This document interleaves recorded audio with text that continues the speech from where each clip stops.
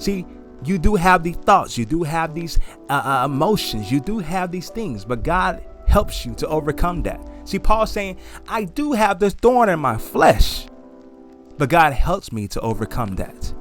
By the power of God, by the power of his strength, I am able to overcome that. That the power of Christ will rest upon me. I am able to overcome that. Stopped by grace. I know you listen to this right now and you probably saying, why am I here today? But I'm here to tell you that you were stopped by grace. Stop in your tracks. Stop to let you know that you were made to be somebody. Renew your mind. Know who you were called to be. Stop by grace. Listen and learn. Welcome to another episode of Stopped by Grace podcast. I'm your host, Pastor Rich A. Irvin, and I'm so happy to be back with another episode, and have not did an episode in probably the last 2 weeks. But don't worry, we have back-to-back episodes coming up this week. I'm going to be starting rolling out more episodes more frequently as much as I can. Like I said before, don't worry. Next month, I actually will be having multiple guests. Multiple guests will be on the show. So many great guests I will be having. All my guests next month will actually be Christian hip hop artists, and it's artists that I listen to personally. That's on my playlist of Christian hip hop artists that I love, and I'm so happy to sit down with them and have a great conversation of how they got into Christ, about their music, share their wisdom to all our young audience out there. So if you are around my age, I'm a millennial, whatever you call it, generation Z, I would think, people that are in high school, middle school, college, whatever age gap that you're in. If you are older, hey, don't worry. It's still going to be relatable to you because they're going to be sharing wisdom from a biblical perspective. And if you have kids or teenagers that are young and that you wanted to know that there are artists out there that are young and that are making great music, make sure to share this podcast, those podcast episodes with them, and also all the other podcast episodes as well too. But for sure, in July, there will be some amazing guests that are around our age as well too, that will be sharing some great wisdom and their testimonies of how the Lord has brought them from drugs and alcohol, gangs, anything you think of. My guests will be talking about of how God has brought them from so far. But today's episode is going to be amazing as well too, and it's definitely a need in these times. I mean, every episode that we do is a need at these times. I always say that, but let's get right into the episode. Today's episode will be talking about weakness is your strength, and that might be kind of ironic, and especially in our world today, we think that you have to be sometimes even great at everything, perfect at everything, and you strive to be perfection. But it's opposite in God's eyes. God does not expect us to be perfect at everything. God does not expect us to be the greatest at everything. He actually adores our weakness. Why does he? Because we are strong in our weakness. He is strong in our weakness. Your weakness will make you strong. Whatever you are weak and vulnerable at, it'll be your strongest, most capable, obstacle, ability that you can imagine.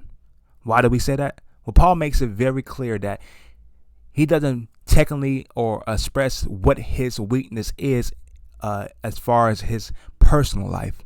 But Paul makes it very clear that what he is weak in, God makes him strong. And God gave him that great revelation to show him that and to show us that, because when he realized that he is weak, it gives a sense of, not a sense actually, it gives a look, a sign towards God to let her know that we are humbling ourselves. Understand that as believers, when we come into Christ, we are dying to ourselves. So that means that whatever in your past that you may have, whatever things that you tried to battle with in the past, you are no longer in this battle alone.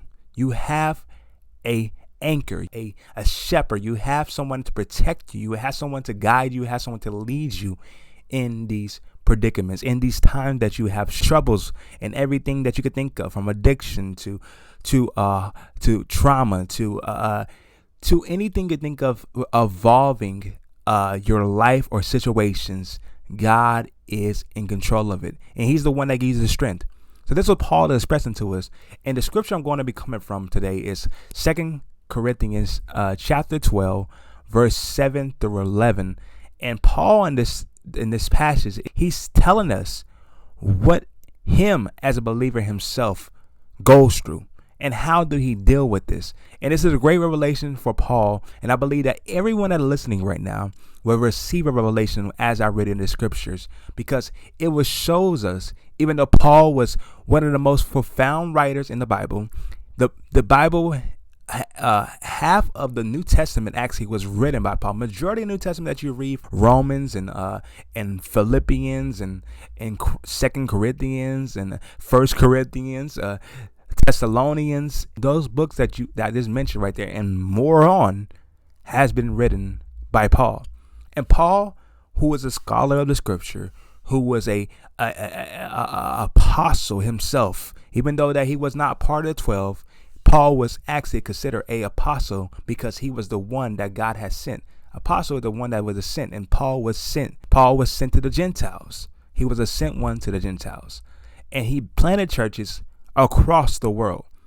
For a person like that, for a servant like that to show so much humbleness, it is amazing to see this scripture. It's amazing to see him write this. And he starts off by saying, unless I shall be exalted among measure through the obedience and revelations, there is given to me a thorn in my flesh. Now, people speculated, what was this thorn in the flesh that Paul was saying? We're not going into that. This podcast is not debate. The podcast is not doing it. But we go into the scripture that he said it was a thorn within his flesh. Just look at this for a minute. All the things that I have spoken about Paul, from him planting churches, from him writing the scriptures, a servant of God, to be sent by God. Yet Paul is still sharing how he has a thorn within his flesh, a messenger of Satan to harm him, to keep him from being conceited, to keep him from being exalted.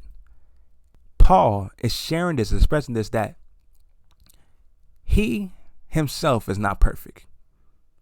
But as he goes on, you will see that Paul is expressing this because he wants to show us that through Christ, he's able to strive and have strength because he humbled himself to know that he is not perfect. Like I said at the beginning of the episode, that in this world and culture, we strive to be perfect. But God doesn't really ponder about that. He doesn't care how perfect you come to him. He wants you to strive. He wants you to seek him. He wants you to draw from him the strength. And that's what Paul is stressing in this scripture now.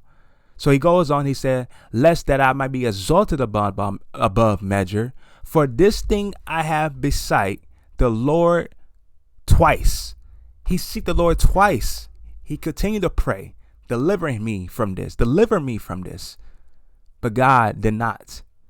But then, as he is praying towards God, God revealed this to him. He says, and he said unto me, my grace is sufficient for thee, for my strength is made perfect in weakness.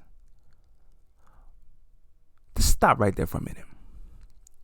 This is ironic for people that are in the world, because how is your grace sufficient in my weakness? How is your strength made perfect in my weakness? Because we strive to be perfect. We strive to do things to be the best in our ability. But yet God is saying his grace is sufficient for thee. My strength made perfect in your weakness.